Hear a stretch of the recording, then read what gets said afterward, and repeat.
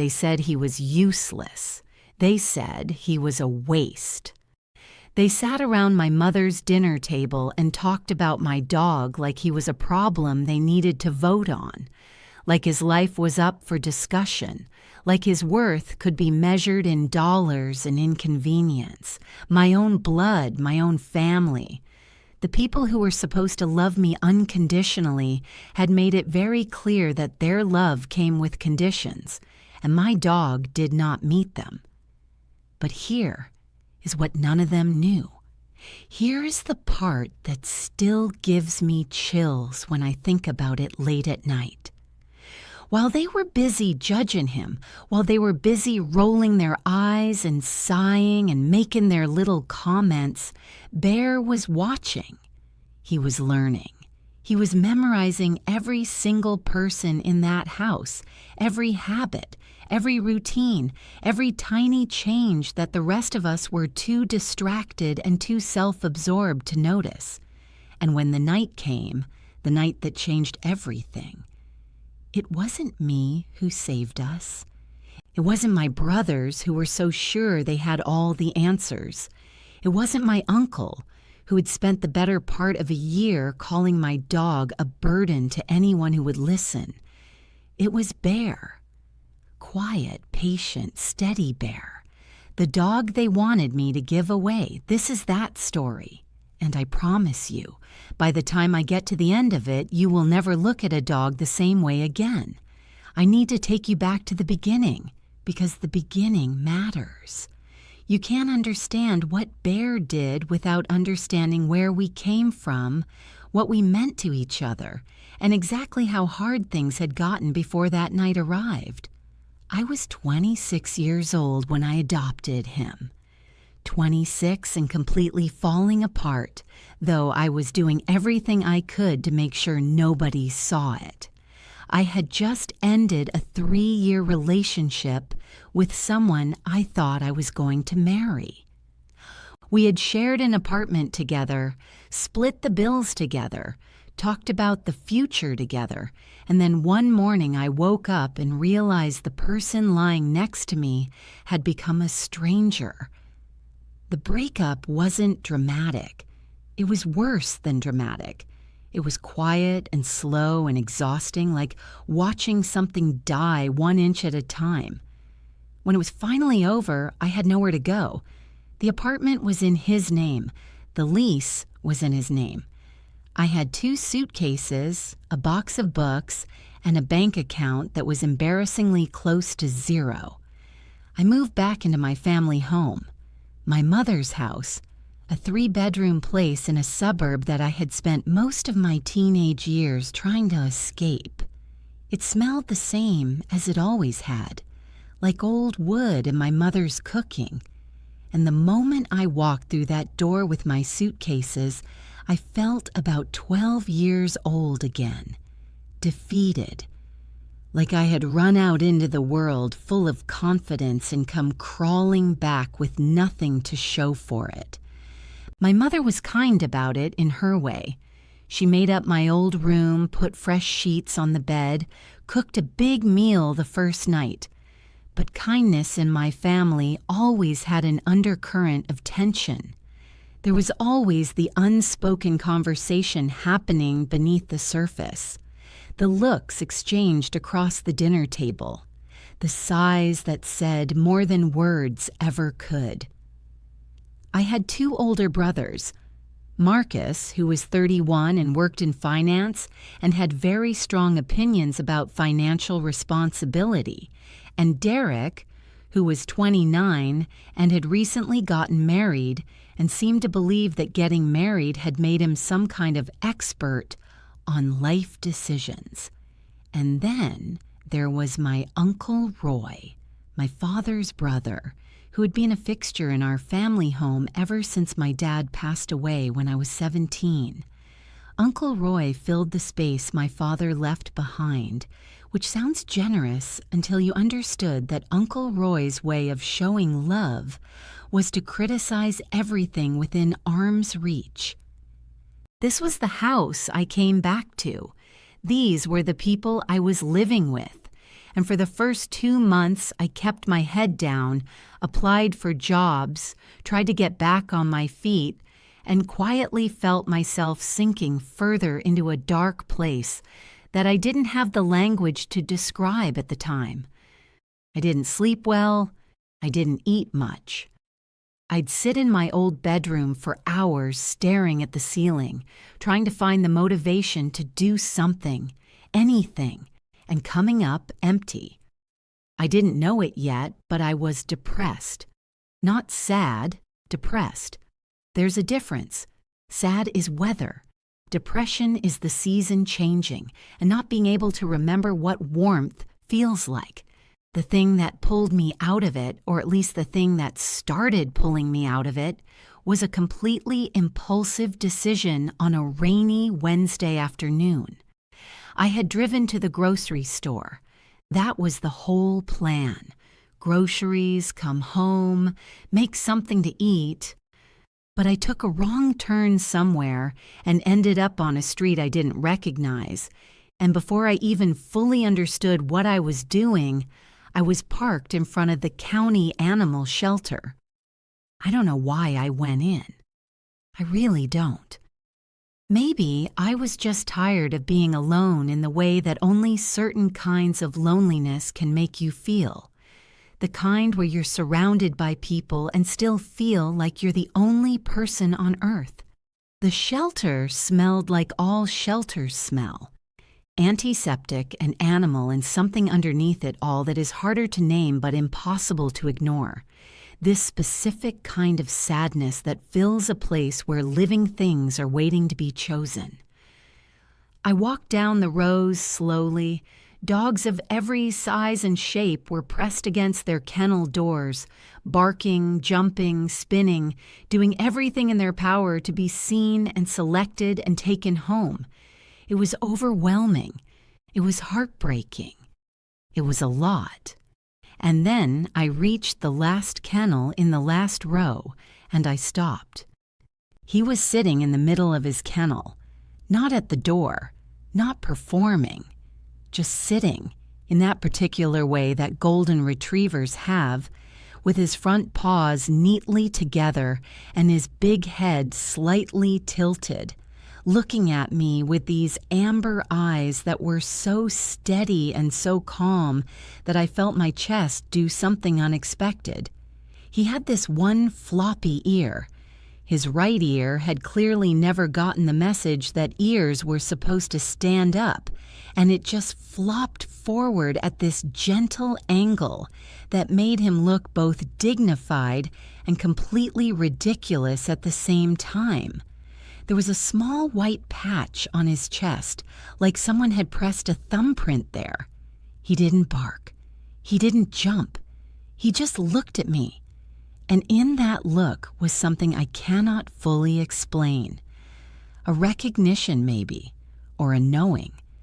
Like he had been waiting specifically for me and was mildly relieved that I had finally shown up, even if I was running a bit behind schedule. The little card on his kennel said his name was Bernard. He was 2 years old, surrendered by a family who was moving and claimed they couldn't take him. He'd been at the shelter for 6 weeks, which felt like a crime. I asked if I could spend some time with him in the meeting room, and the shelter volunteer gave me a smile that said she'd been hoping someone would ask that. In that little room, Bear. I was already calling him Bear in my head. Bernard was simply not going to work. Walked over to me slowly, sniffed my hand with great seriousness, and then did something that sealed the deal completely. He pressed his entire head against my stomach and just leaned there, not jumping, not licking, just leaning, like he was saying, "I know you're carrying something heavy.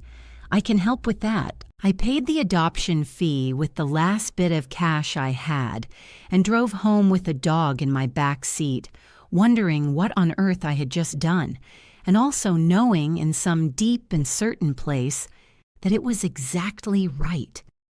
The first moment I brought Bear through my mother's front door, I watched her face go through about 5 different emotions in about 3 seconds.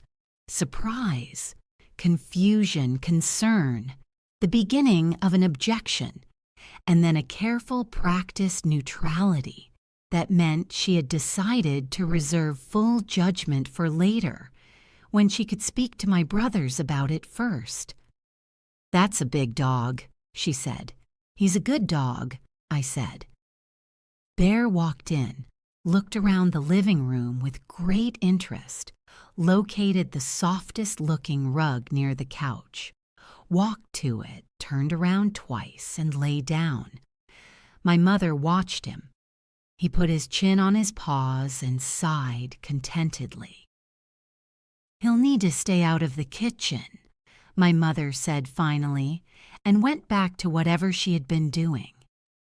That was her version of saying yes. My brothers were less diplomatic. Marcus came over for dinner 2 nights later and spent approximately 45 seconds in the same room as Bear before launching into a lecture about financial responsibility, the cost of veterinary care, the impracticality of owning a large dog when you had no stable income, and the psychological literature on what he called emotional dependency on animals. He said that last part like it was a diagnosis, like loving a dog was something you needed to be treated for.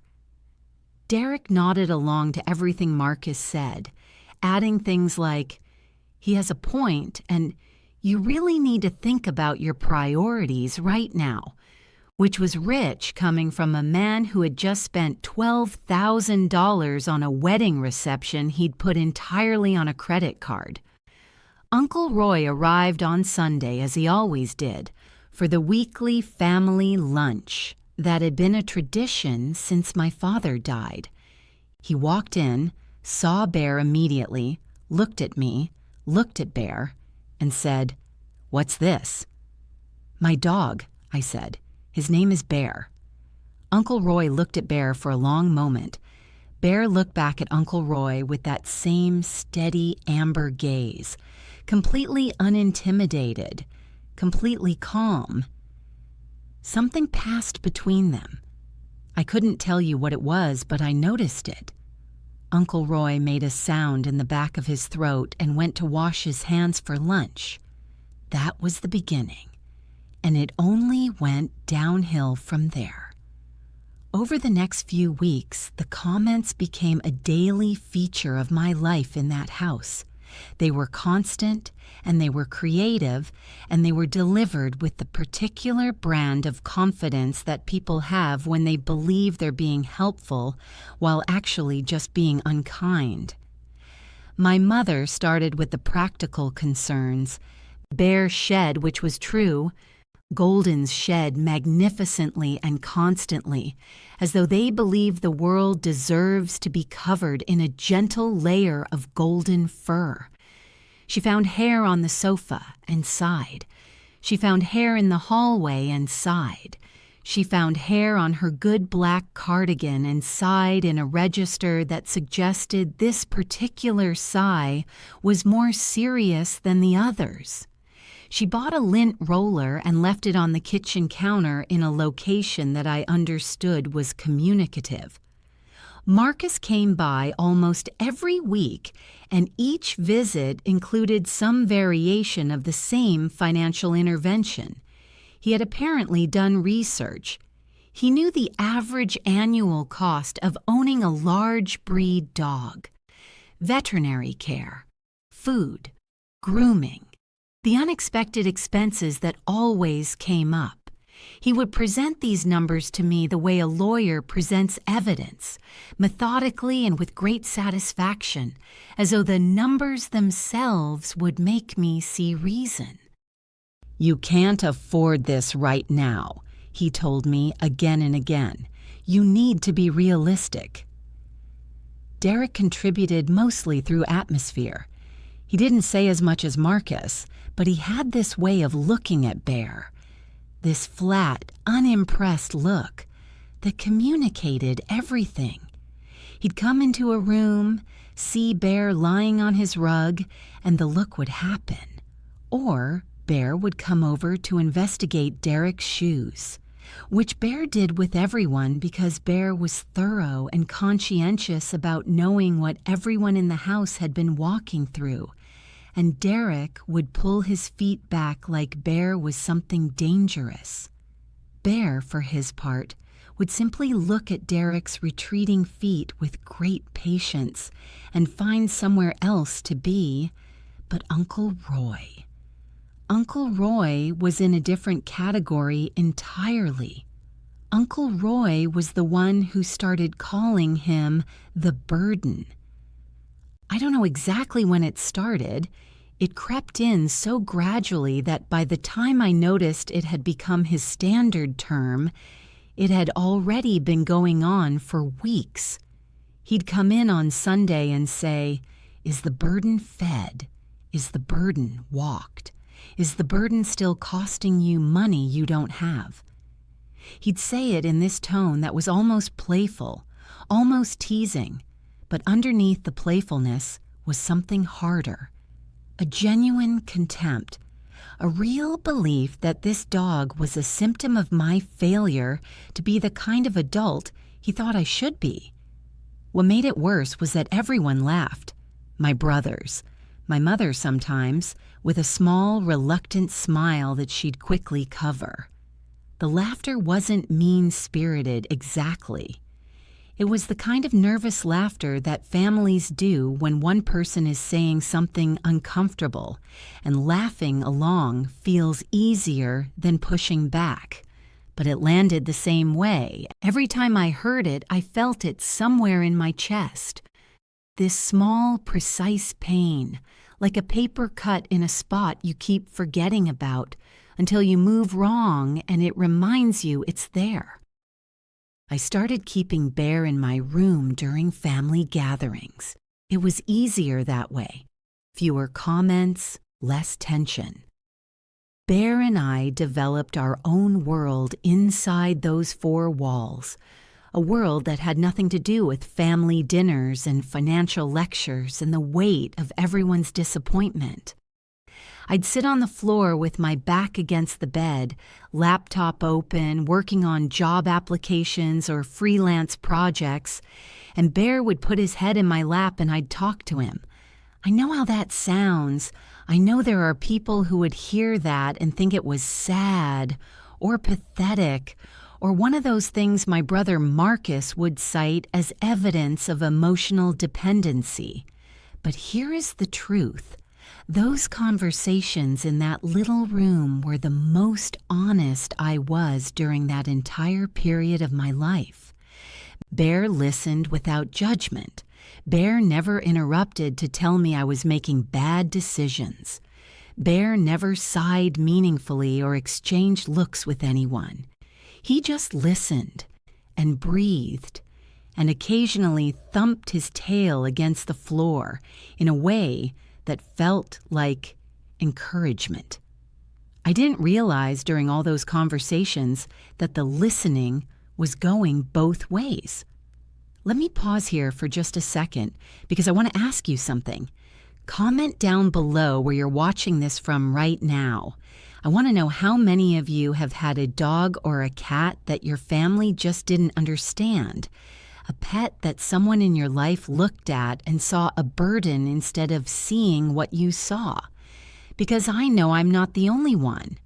I know there are people watching this right now who have had to defend their pet to the people they love, and I know how exhausting that is.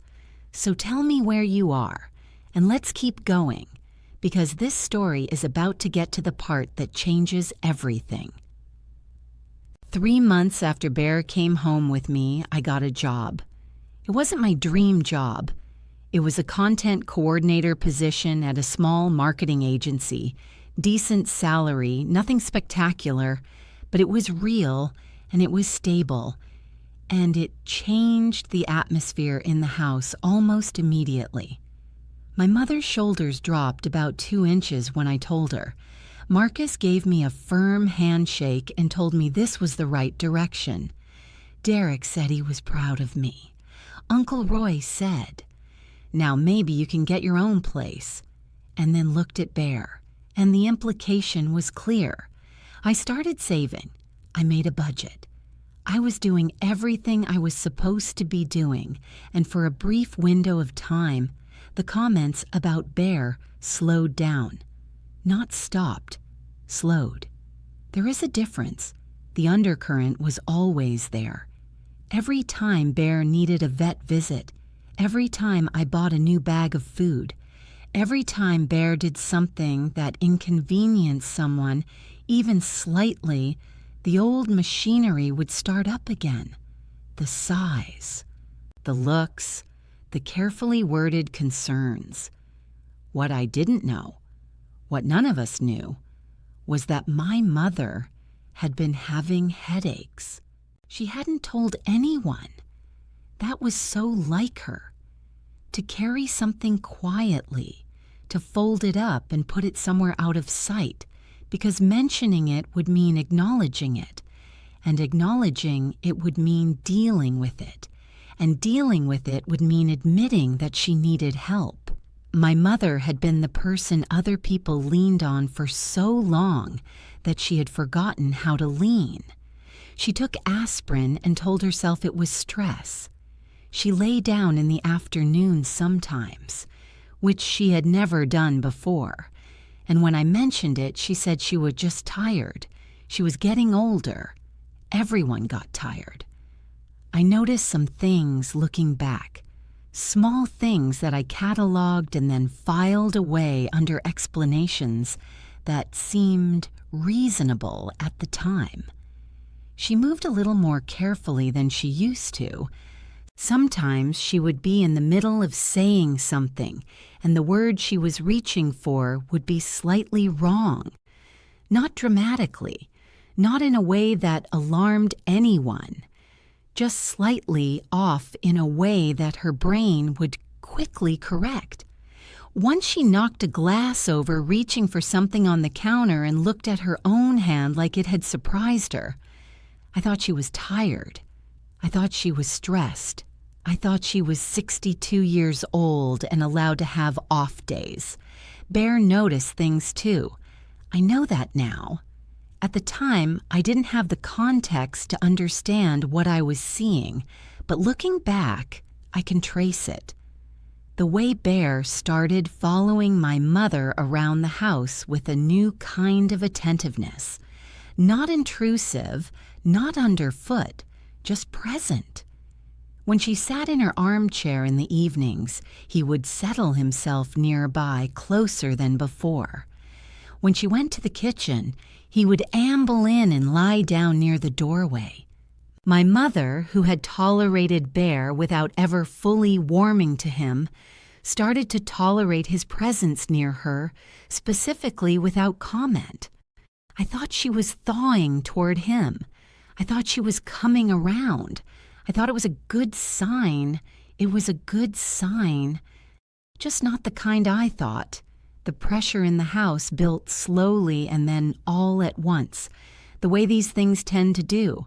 The trigger was a Sunday lunch in November, 5 months after I had started the new job, 7 months after Bear had come home. Uncle Roy arrived in a particular mood, the kind of mood where he had clearly already been having a conversation in his head on the drive over and arrived ready to continue it out loud. It started with something small. Bear had gotten into the hallway closet. He had figured out that the latch didn't quite catch and could be nudged open, which was honestly impressive, and I had been meaning to fix it, and had pulled out one of Uncle Roy's spare umbrellas that he kept there and had carried it to the living room. He hadn't chewed it. He hadn't damaged it. He had simply relocated it because Bear periodically felt that objects were not where they should be and took it upon himself to address this. Uncle Roy found his umbrella in the living room, and that was apparently the moment the dam broke. That's it. Uncle Roy said, and his voice had an edge that cut the normal lunch conversation right in half. I've been patient. I've said my piece and I've let it go and I've been patient. But this dog is a problem and I'm not going to keep pretending he isn't. I set down my fork. He's not a problem, I said, keeping my voice even. He moved an umbrella. I'll fix the closet latch. It's not about the umbrella, Uncle Roy said, and he looked around the table like he was gathering support, like he was taking attendance. It's about the fact that your sister is living here, struggling, spending money she doesn't have on an animal while we all dance around the issue because nobody wants to be the bad guy. So I'll be the bad guy. That dog needs to go. The table was quiet. The specific quiet that happens when something has been said that cannot be unsaid. I looked at my mother. She was looking at her plate. Marcus was looking at his water glass. Derek was looking at the wall somewhere to the left of Uncle Roy's head. Nobody was looking at me. Nobody is making me give up my dog, I said. It is not your house, Uncle Roy said, and he said it quietly, which was somehow worse than if he had said it loudly.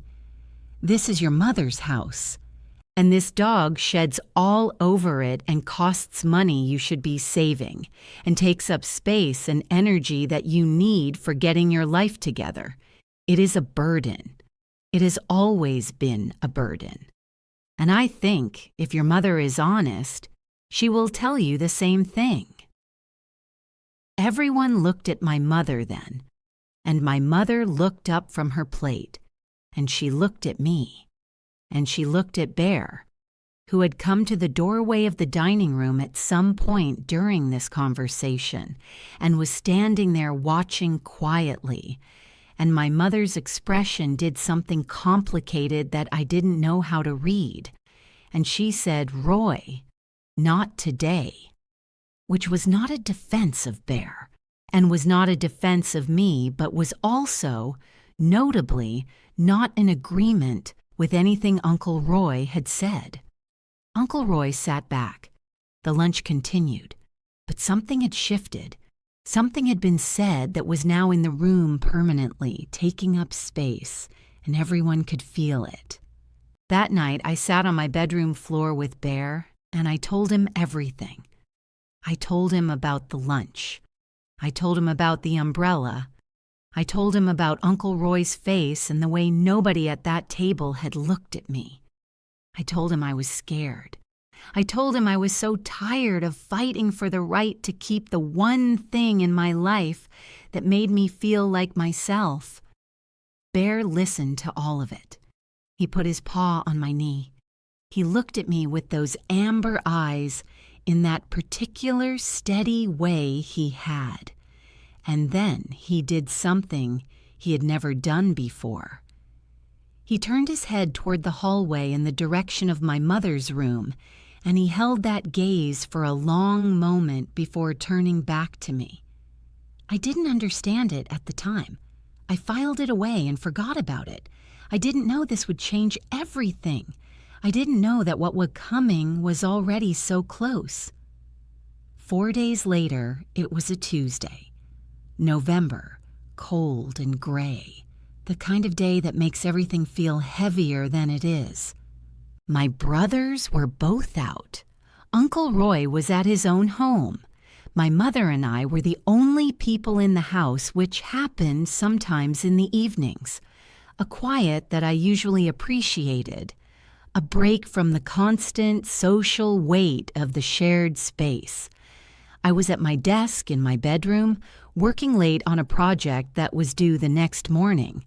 Bear was on his rug, or I thought he was. I was focused on my screen and not paying attention to the room. My mother had gone to take a shower about 20 minutes earlier, and the house had that quiet, settled feeling of a weeknight evening winding down. I heard a sound. It was not a dramatic sound. It was not a crash or a scream or anything that should have made the hair on my arms stand up. It was more like a soft, dense thud, the kind of sound that a person makes when they sit down heavily or when something that should not have fallen does. I registered it. I didn't move immediately because my brain was deep in the document on my screen, and it categorized the sound as probably fine before I had consciously processed it. And then Bear was at my door. He didn't bark. I want to be clear about that because it matters. He did not stand at the door and bark in the way that dogs do in movies when they're alerting someone. What he did was more precise and more urgent than barking. He scratched at the door, hard, fast, with both front paws, a frantic, focused scratching that I had never heard from him before in the 7 months he had been with me. And underneath the scratching, there was a sound that I also had never heard from him before. A high, thin whimpering that went up and down like a question being asked over and over and over. I was out of my chair before I had made a conscious decision to stand. Something about that sound bypassed all the normal processing and went straight to something older and more instinctive in me. I opened the door and Bear didn't wait. He turned immediately and went down the hallway at a speed that was not quite running, but was clearly purposeful, his nails clicking urgently on the hardwood. And he stopped at the bathroom door and turned back to look at me, and then looked at the door and then looked at me again. His whole body was vibrating with this contained, desperate energy that I felt in my own chest like a tuning fork. I put my hand on the bathroom door. I don't know what I expected. I don't know what part of my brain was telling me what it was telling me. But my hand was shaking when I turned the handle. My mother was on the bathroom floor. She was conscious. That was the first thing I registered, and it sent a wave of something through me that was simultaneously relief and terror, because conscious was better than the alternative.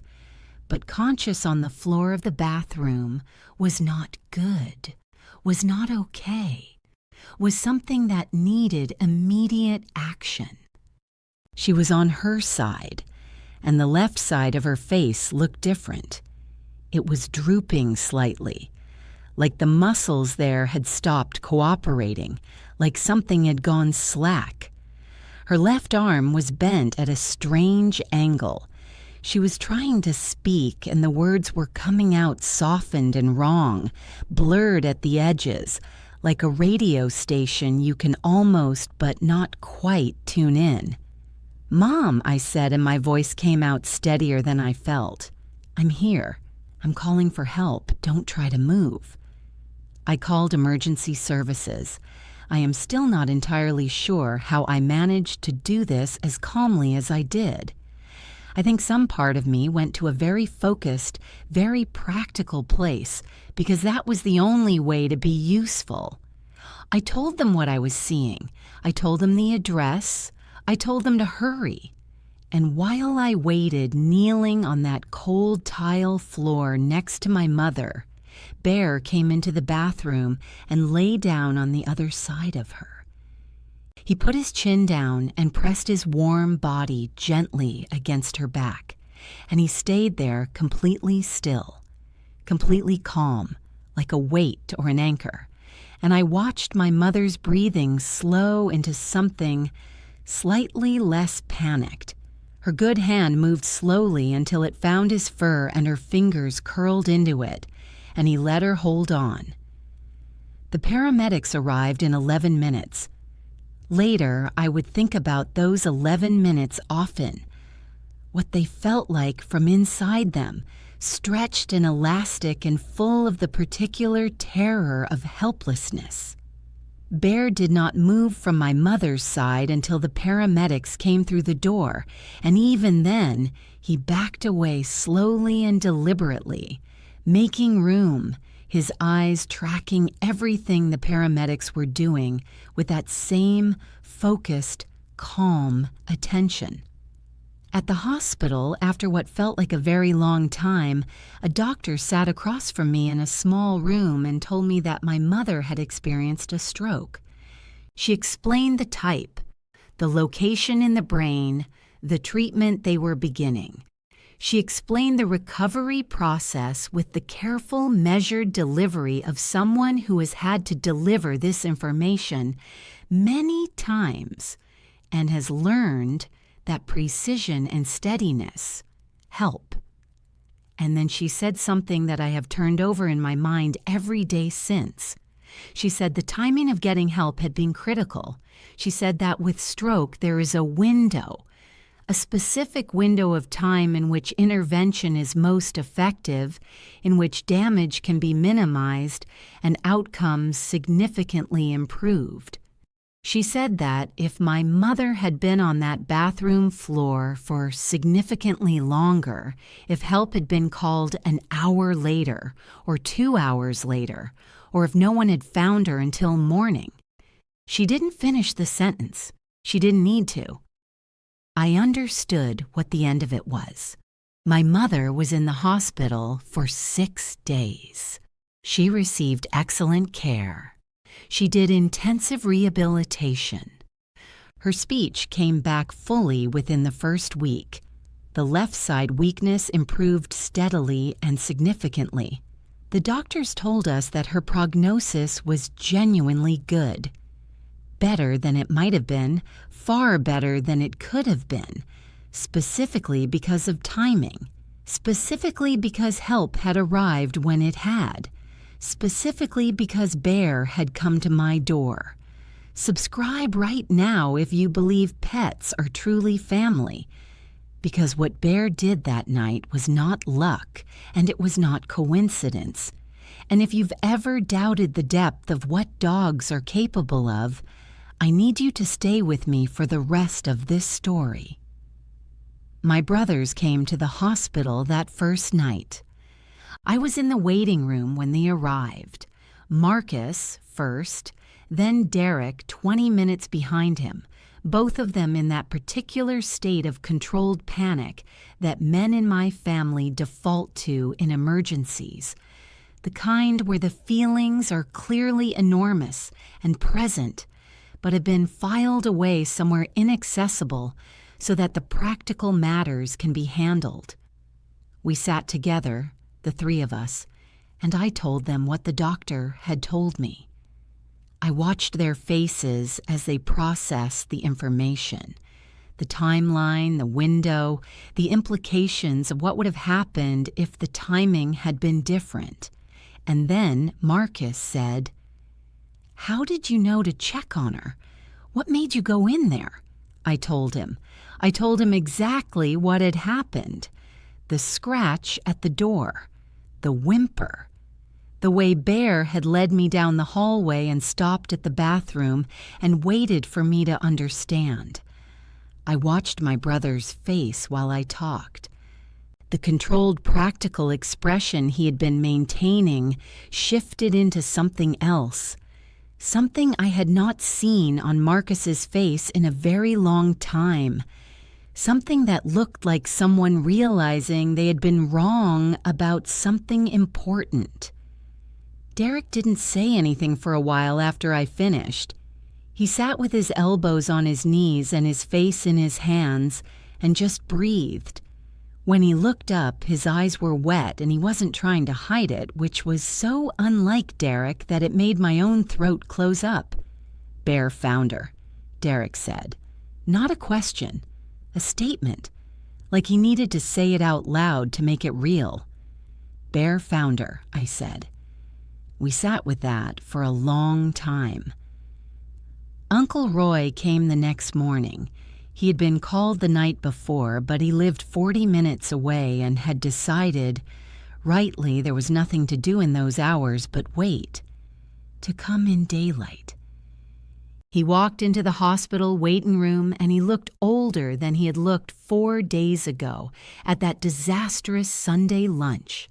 He looked like a man who had spent the night confronting something and had not entirely survived the confrontation. He sat down heavily in the chair across from me, and for a moment he just looked at me with this expression that was difficult to categorize. It had grief in it, and something like fear, and something else that I was not yet ready to name. I told him the same story: the door, the whimper, the hallway, the bathroom. Bear lying down beside my mother on the cold tile floor and staying there until help arrived. Uncle Roy did not say anything while I talked. When I finished, he was quiet for a long time, and then he pressed his fist against his mouth and he looked at the ceiling for a moment, and when he looked back at me, his eyes were red, and he said, "That dog." Just that. That dog.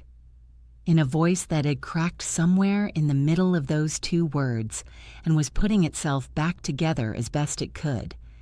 I did not say anything. Sometimes silence is the kindest response. Is he all right?" Uncle Roy asked. "Bear, is he okay? Is anyone home with him?" "My neighbor is checking in on him," I said. Uncle Roy nodded.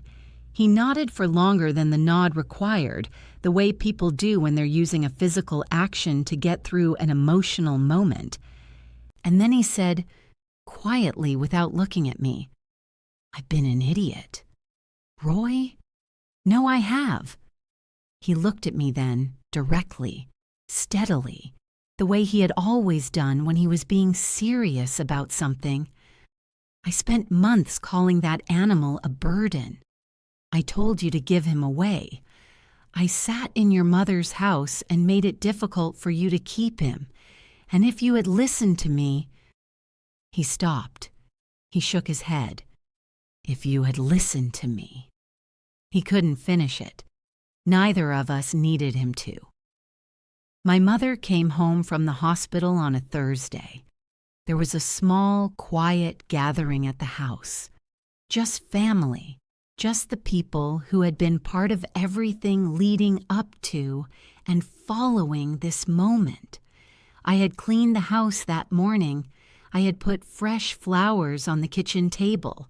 And Bear, who had been staying with my neighbor and had clearly had an acceptable time given the evidence of extra treats and new toys, was home and waiting. When my mother walked through the front door, moving carefully, her arm linked through mine, she looked around the house like someone seeing it differently than they had before, like someone who had been somewhere that made home feel both the same and entirely changed. And then she saw Bear.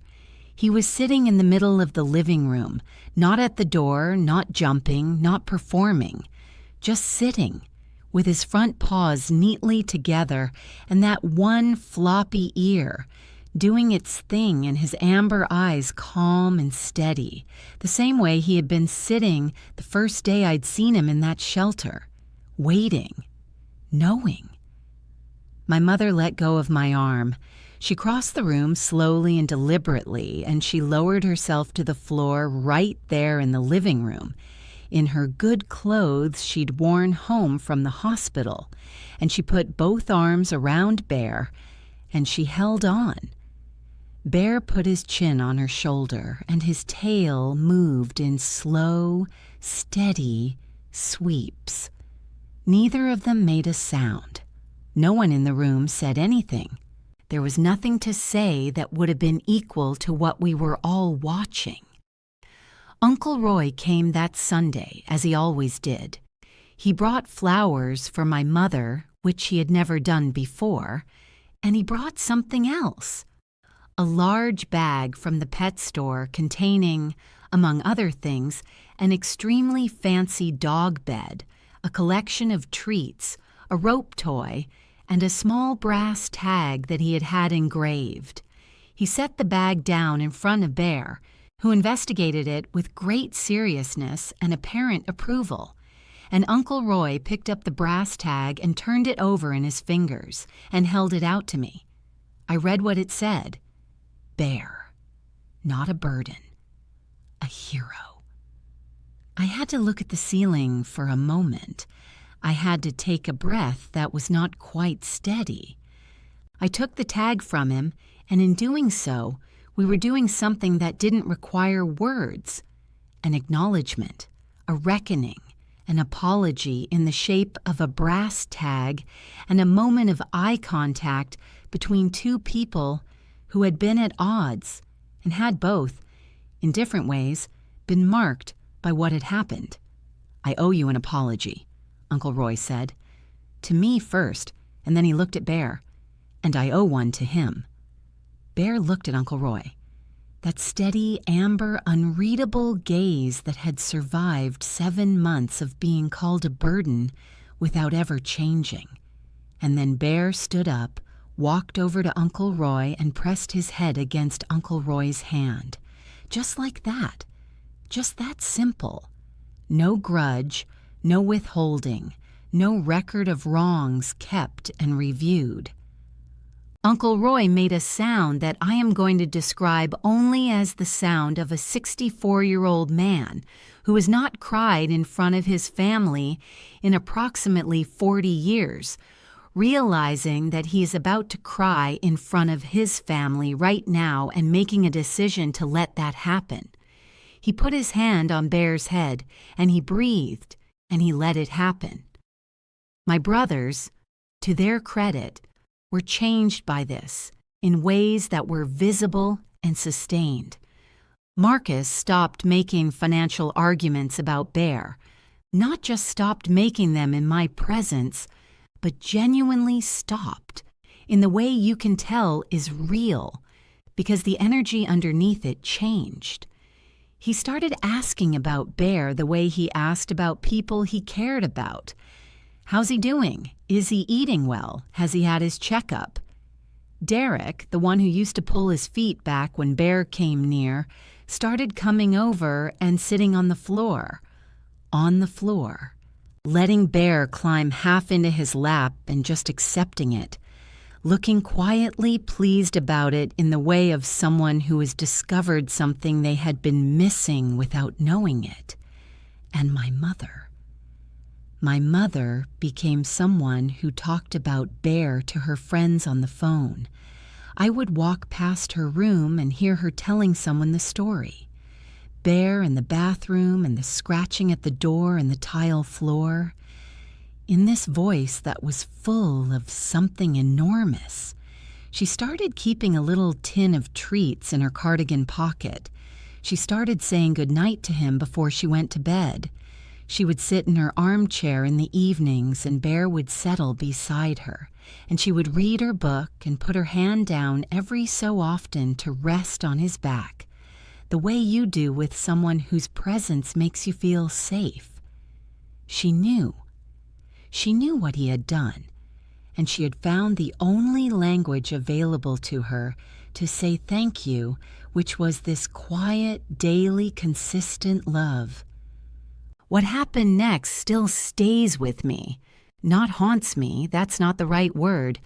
Stays with me, in the way that certain moments become permanent residents in your mind, things you return to when you need to remember something important. About 3 weeks after my mother came home from the hospital, I was sitting on the living room floor on a Sunday afternoon. Bear was stretched out next to me, belly up in a display of complete relaxation and trust. My mother was in her armchair. Uncle Roy was in the kitchen making tea. My brothers were somewhere in the house. The afternoon light was coming through the windows in that specific November way, pale and clear and thin, the kind that makes everything look like a photograph. I was attaching the new brass tag to Bear's collar, the one that said, "Not a burden, a hero." I was fiddling with the clasp and Bear was waiting with approximately 40% of his usual patience, which for Bear meant he was lying completely still but casting significant, meaningful glances at me to indicate that this process should perhaps be concluded in a timely manner. My mother looked up from her book and watched me do this, and she said quietly, "He never stopped watching over us, did he? Even when none of us deserved it." I looked at her. I looked at Bear. I thought about 7 months of comments and sighs and lectures. I thought about umbrellas in hallways and lint rollers on kitchen counters, and the word burden repeated so many times it had almost become wallpaper. I thought about a dog sitting in the last kennel in the last row of a shelter, waiting for someone to come. I thought about a scratch at a door on a cold November night. I thought about Bear pressing his warm body against my mother's back on a cold tile floor and staying there until help came. Because that was what he did. Because that was who he was. Because he had never been the problem and had always been the solution. We just hadn't known it yet. "No," I said, "he never stopped." Bear is 11 years old now.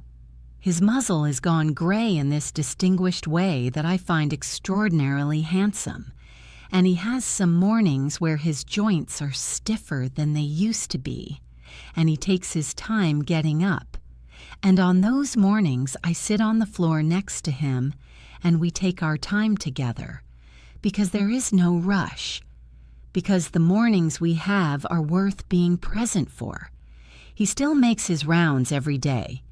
It is the first thing he does in the morning before he eats, before he goes outside. He does his rounds. He checks on my mother. He checks on me. He goes from door to door in this house, in this patient, deliberate, thorough way, confirming that everyone is accounted for and everything is okay. And then he comes back to wherever I am and he settles and he puts his chin on his paws and he rests. He is watching. He is always watching. He has always been watching. There is a photograph on my mother's mantelpiece. She put it there herself, took it from my phone one day and had it printed and framed. It is a photograph of Bear on his first day in this house, lying on that soft rug near the couch with his chin on his paws and his one floppy ear at its particular angle. He looks completely at home. He looks like he belongs there absolutely. He looks like he knew something none of us did. He did. He always did. I think about the version of this story that could have happened if I had listened. If I had let the lectures and the sighs and the word burden, repeated over and over, do what they were trying to do. If I had given him up because someone else's comfort mattered more than my own knowing. I think about that version of November. I think about my mother on that bathroom floor. I think about timing and windows and the specific mathematics of how long is too long. And then I stop thinking about it because it didn't happen, because Bear was there, because on a rainy Wednesday afternoon 3 years ago, something pulled me down an unfamiliar street and through the door of a county animal shelter, all the way to the last kennel in the last row, where a 2-year-old golden retriever with one floppy ear was sitting quietly and waiting for me to arrive. He wasn't a burden. He was never a burden. He was a gift that arrived before any of us understood what we were going to need. He was watching when no one else was. He was paying attention when the rest of us were too busy and too certain and too loud to notice the quiet things, the wrong words, the careful movements, the hand that surprised itself by dropping a glass. He saw it all. He remembered it all. And when the moment came, he did not hesitate, not even for a second, because that is who dogs are, and that is what love looks like, when it is completely and utterly uncomplicated by ego or expectation or the need to be recognized for what it gives. Dogs love you the same on the days you are difficult to love. They watch over you on the days you don't know you need watching over. They stay when staying costs them something. They forgive before you have finished apologizing. They put their heads against the hands that push them away, and they say, with that simple gesture, "It's okay. I was never going to leave." Bear is 11 years old and his muzzle is gray, and some mornings his joints take their time, and there will be a day. Not today. I hope not for a long time, but someday, when I will have to face what it means to love something with this completeness and then let it go. But that is a story for another day. Today, on this afternoon in this house, he is on his rug near my mother's armchair with his chin on his paws and his one floppy ear doing its thing. And my mother has her hand resting on his back, and the afternoon light is coming through the windows, and everyone is accounted for, and everything is okay. He checked this morning. He always checks. That's not a burden. That has never been a burden. That is 11 years of Grace walking around on 4 legs, and I will spend the rest of my life being grateful that I was stubborn enough to keep him. If this story meant something to you today, if it made you think about your own dog or cat waiting for you at home, if it made you want to call someone and tell them you love them, if it reminded you that the quiet ones are often the ones paying the closest attention, please share this. Send it to someone who needs to hear it. Share it with someone whose family doesn't understand their pet. Share it with someone who is having a hard day and needs to be reminded that sometimes the thing that saves us is already there, already watching, already waiting for us to understand. Drop your dog's or cat's name in the comments below. They deserve to be seen today. They deserve to be celebrated. And if you haven't already, subscribe, because there are more stories like this one, and every single one of them is a reminder of the same true thing. Pets are not burdens. They are the ones holding us together. They always have been.